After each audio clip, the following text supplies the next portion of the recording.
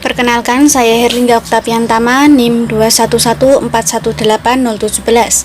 Saya di sini akan memaparkan mengenai materi mata kuliah linguistik kontrastif yang membahas mengenai morfologi antara dua bahasa, khususnya mengenai afiksasi antara bahasa Indonesia dan bahasa Jawa.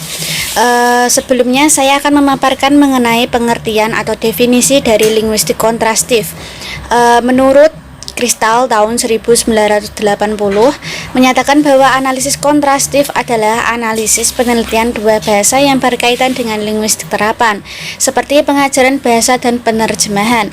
Kemudian, menurut Krida Laksana tahun 1984 menyatakan bahwa analisis kontrastif adalah metode sinkronik bahasa untuk menunjukkan persamaan dan perbedaan antara bahasa-bahasa atau dialek-dialek untuk mencari prinsip yang dapat diterapkan dalam masalah praktis seperti pengajaran dan penerjemahan. Dari beberapa pengertian tersebut, terdapat 4 hal penting dalam analisis kontrastif. Yang pertama, ada prosedur kerja analisis kontrastif yang membandingkan struktur atau sistem dari dua bahasa. Yang kedua, yaitu mengenai tujuan dari analisis kontrastif yang menunjukkan persamaan dan perbedaan yang terdapat dalam kedua bahasa itu. Kemudian yang ketiga, mengenai tinjauan penelitian itu dapat secara sinkronis atau diakronis. Dan yang keempat, mengenai analisis kontrastif terhadap kedua bahasa dalam rangka proses pengajaran bahasa dan penerjemahan. Kemudian akan dibahas mengenai persamaan dan perbedaan antara afiks dalam bahasa Indonesia dan bahasa Jawa. Kita mulai dulu pembahasan mengenai kesamaan antara bahasa Indonesia dan bahasa Jawa. Kesamaan yang mencolok antara dua bahasa tersebut tampak pada sifatnya, yaitu sama-sama memiliki sifat aglutinatif.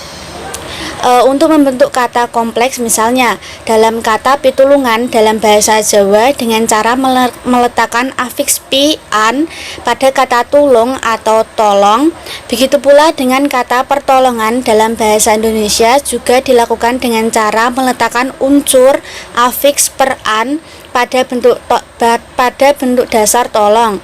Kesamaan yang lain tampak pada kenyataan bahwa di dalam bahasa Jawa terdapat kata-kata yang bersifat monomorfemis seperti kata lungo, kata dolan, dan kata klambi. Yang selanjutnya akan dibahas mengenai kesejajaran antara afiks dalam bahasa Indonesia dan bahasa Jawa.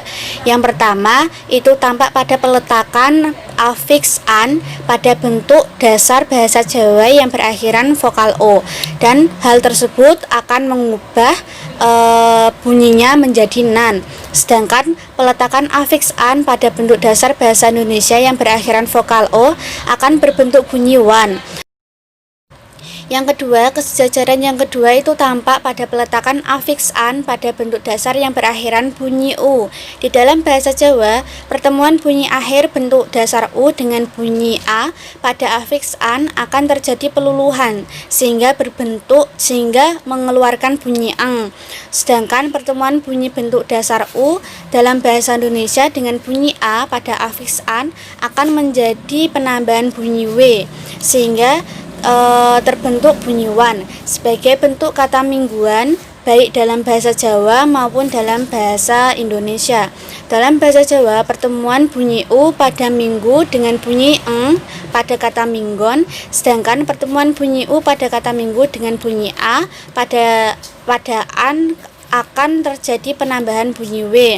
Seperti terbentuknya kata-kata berikut ini. Contohnya dalam bahasa Jawa itu ada kata suson, ada kata pangkon, dan buron.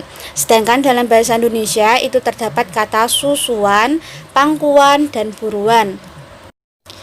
Yang ketiga, kesejajaran yang ketiga antara afiks dalam bahasa Jawa dan bahasa Indonesia itu tampak pada peletakan afiks an pada kata dasar yang berakhiran bunyi i. Di dalam bahasa Jawa, pertemuan bunyi terakhir bentuk dasar j dengan bunyi a pada afiks an akan terjadi sehingga bunyinya menjadi n.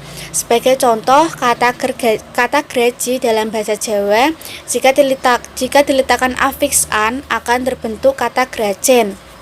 Contoh lainnya itu bisa dilihat pada afiks an yang ditambahkan dengan kata tali menjadi kata talen. Kemudian ada afiks an ditambahkan dengan kata dasar pari menjadi paren, dan kata an yang ditambahkan dengan kopi menjadi kopen.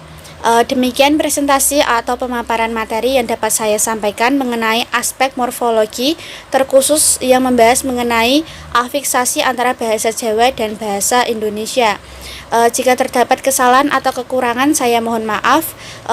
Wassalamualaikum warahmatullahi wabarakatuh.